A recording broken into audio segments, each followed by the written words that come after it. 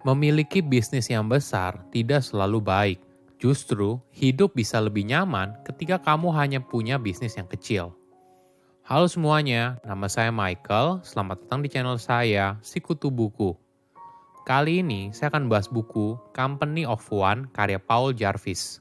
Sebagai informasi, podcast Sikutu Buku sekarang bergabung dengan Podcast Network Asia dan Podmetrics loh. Sebelum kita mulai, buat kalian yang mau support channel ini agar terus berkarya, caranya gampang banget. Kalian cukup klik subscribe dan nyalakan loncengnya. Dukungan kalian membantu banget supaya kita bisa rutin posting dan bersama-sama belajar di channel ini. Buku ini membahas jalan alternatif untuk mencapai kesuksesan sebagai pengusaha. Kita selalu berpikir kalau bisnis yang sukses itu harus besar. Namun perlu diingat, bisnis yang besar berarti kamu butuh banyak waktu dan tenaga. Apakah itu akan buat kamu bahagia? Bagaimana bila kamu membatasi perkembangan bisnismu dan menghabiskan sisa waktunya untuk menikmati hidup bersama orang yang dicintai dan sebagainya? Ini bukan mimpi, kamu hanya butuh mengerti rasanya cukup karena hidup tidak selalu tentang uang, tapi hidup butuh uang. Saya merangkumnya menjadi 3 hal penting dari buku ini. Pertama, apa itu Company of One? Dari dulu kita diajarkan kalau sesuatu yang lebih itu artinya lebih baik. Misalnya lebih banyak uang, punya usaha puluhan bahkan ratusan cabang. Ini adalah pola pikir kebanyakan orang. Intinya tidak tahu kapan merasa cukup. Jika ada kesempatan untuk memperbesar usaha yang dimiliki sekarang, ya harus dimanfaatkan untuk bisa dibuat sebesar mungkin. Bisnis yang besar itu tidak selalu indah. Bisnis yang besar itu artinya kamu akan menghabiskan banyak waktu untuk bekerja, banyak masalah yang muncul, dan kurangnya kesempatan untuk dirimu sendiri dan keluarga.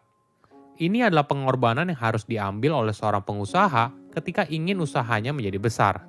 Namun, ada perspektif yang berbeda.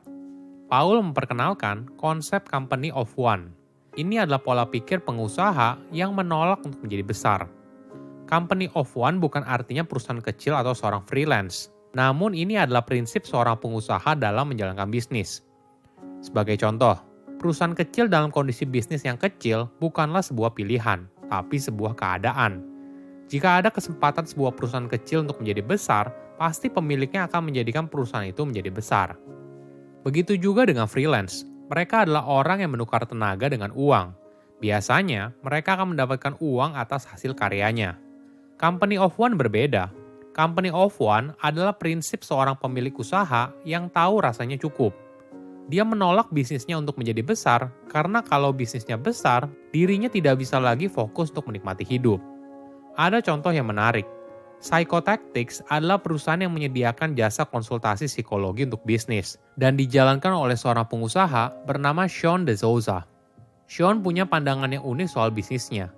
Dia memutuskan kalau target pendapatan bisnisnya maksimum $500.000 setahun atau setara dengan 7 miliar rupiah setahun dan tidak boleh lebih dari itu. Kenapa begitu? Perhitungan tersebut merupakan angka optimal yang bisa menyeimbangkan antara bekerja dan menikmati hidup. Dengan membatasi dirinya untuk bekerja, Sean jadi punya waktu liburan 3 bulan setiap tahun bersama istrinya dan menghabiskan banyak waktu untuk bersama keponakannya setiap hari. Keputusan ini hanya bisa diambil ketika seorang paham rasanya cukup.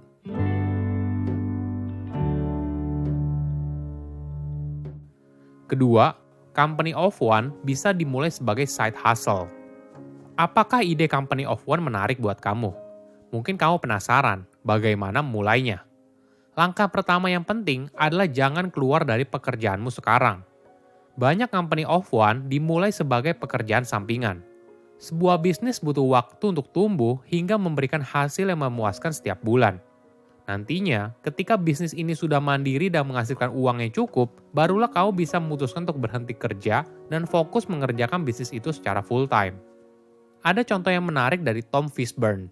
Tom memiliki karir yang memuaskan hingga menjadi wakil presiden marketing di sebuah perusahaan makanan yang besar. Walaupun begitu, dia tidak mencintai pekerjaannya. Tom punya passion yang besar untuk menggambar. Tentu saja, kita tidak bisa gegabah berhenti dari pekerjaan sekarang hanya demi mengejar passion. Apalagi kondisi Tom saat itu tidak memungkinkan. Hanya dirinya saja yang bekerja, punya 2 orang anak, dan cicilan yang menumpuk. Tom butuh pekerjaan yang stabil di dunia korporat. Di akhir pekan dan sore hari, dia mulai mengambil pekerjaan sampingan untuk menggambar. Pelan-pelan, jumlah klien Tom mulai bertambah. Hingga pada tahun 2010, dia berhenti bekerja sebagai wakil presiden dan full-time membangun bisnis bersama istrinya.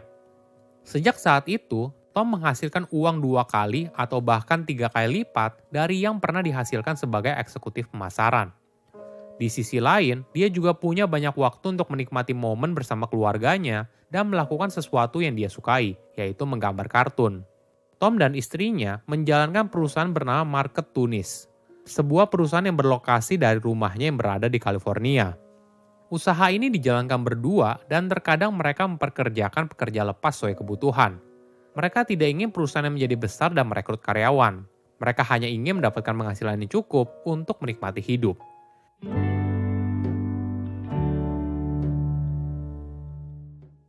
Ketiga, besar tidak selalu baik. Apakah perubahan menjadi perusahaan yang lebih besar selalu lebih baik? Ini adalah asumsi yang banyak dimiliki oleh para pengusaha saat bisnisnya masih kecil. Awalnya, bisnis tersebut fokus untuk melayani konsumen tertentu.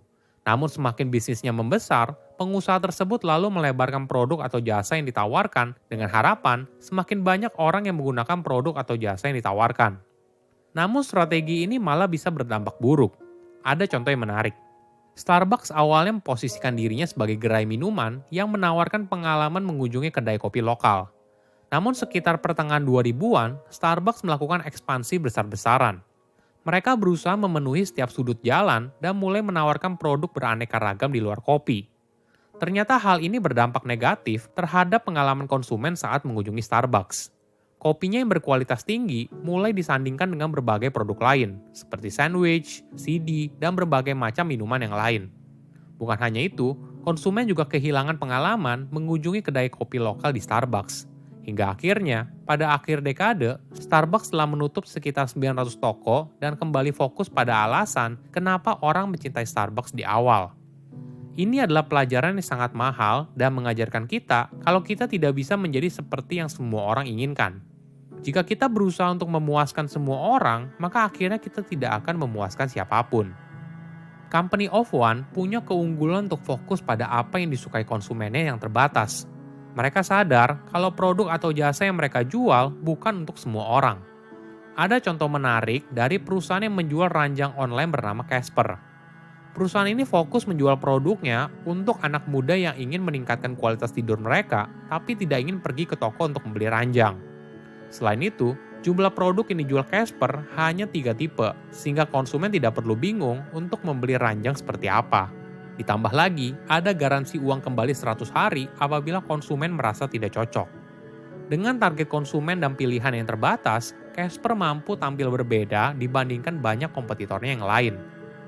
Tujuan orang berbisnis tidak selalu harus menciptakan perusahaan yang besar, namun bisa saja memilih hanya menjadi perusahaan yang cukup agar pemiliknya bisa menikmati hidup. Silahkan komen di kolom komentar pelajaran apa yang kalian dapat ketika baca buku ini.